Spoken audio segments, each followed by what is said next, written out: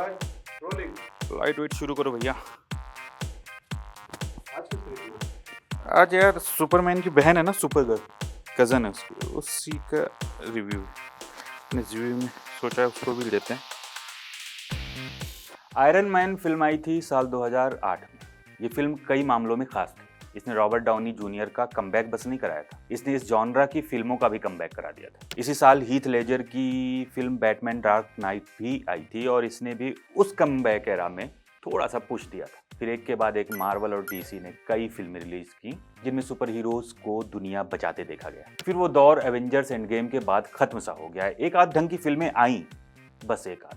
अब ये जॉनरा जूझ रहा है अपनी पहचान को लेकर, क्योंकि इनके पास कुछ नया करने के लिए बचा ही नहीं। डीसी की सुपरगर्ल यानी सुपरमैन की बहन की फिल्म देखकर आया तो यही सारी बातें दिमाग में चल रही थी। ये फिल्म कैसी है, क्यों देख सकते हैं, और जिन्हें रुपया बचाना है उन्हें ये फिल्म क्यों नहीं देखनी चाहिए, सब कुछ पर बात कर लेते हैं और अभी कर लेते हैं।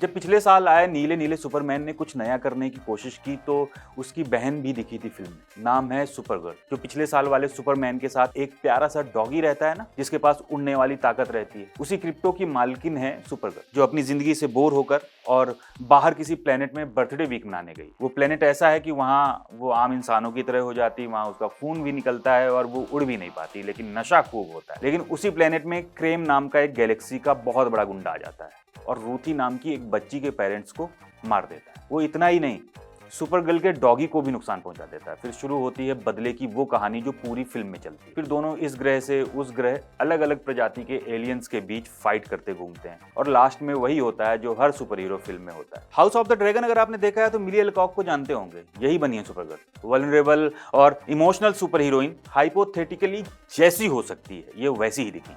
इनका फाइट सीन्स में दिखता है कि मिली ने खूब ट्रेनिंग ली, इमोशंस और गुस्सा सब कुछ दिखाने का मौका मिला है और इन्होंने दिखाया भी।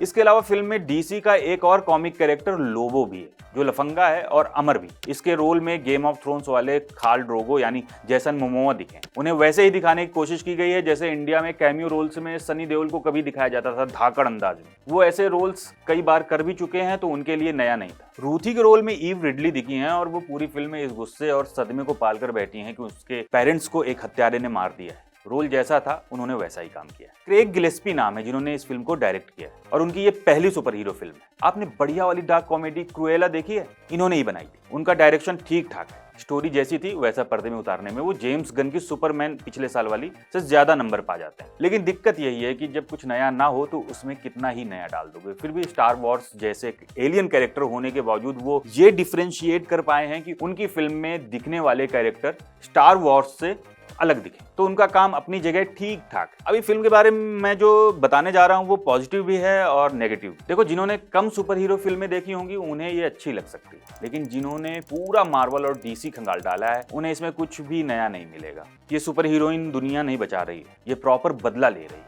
और ये नया भी है कि ये सुपरमैन की तरह उसूलों में नहीं चलती, जो इसे आयरन मैन के कैरेक्टर के थोड़ा सा करीब बनाता है। ये भी नया है और ये थोड़ा सा अलग बनाता है इसे, क्योंकि वो आम इंसानों की तरह सोचती है। लेकिन फिर वही दिक्कत, जैसे मैंडलोरियन ग्रोगू को बचाता घूमता है वैसे ही सुपरगर्ल रूथी को बचाती घूमती है। मतलब किसी दूसरे प्रोडक्शन हाउस के कैरेक्टर से पूरी सिमिलरिटी है। लेकिन अगर आपने मैंडलोरियन की कहानी नहीं देखी है तो कोई दिक्कत नहीं होगी, आपको एंजॉय करेंगे। अब ऐसा लग रहा है कि स्पाइडरमैन की आने वाली फिल्म और एवेंजर्स डूम्सडे में ही शायद कुछ नया देखने को मिले सुपर हीरो सीरीज में, क्योंकि जैसा कि मैंने शुरुआत में बताया था कि ये सुपर हीरो जॉनरा जूझ रहा है अपनी पहचान से। इस फिल्म ने भी उसे जूझने ही दिया है। मतलब इस जॉनरा को उबारने का काम नहीं कर पाई है ये फिल्म। आयरन मैन इसलिए नहीं लोगों को पसंद आता था कि क्योंकि उसके पास सूट था, या फिर बैटमैन रात में गैजेट लेकर निकलता था इसलिए वो लोगों को पसंद आता था। ये कोई वजह नहीं थी उसे पसंद किए जाने की, क्योंकि इन्हें इसलिए पसंद किया जाता था क्योंकि इनकी कहानी कनेक्ट फील कराती थी, जो इस फिल्म में गायब है। फिल्म में लोबो जैसा दमदार कैरेक्टर डाला गया है, उसमें जैसन मोमोआ को कास्ट किया गया है, लेकिन ठीक से इस्तेमाल नहीं किया गया। ये बात टीस बढ़ाती है। इसके अलावा इसमें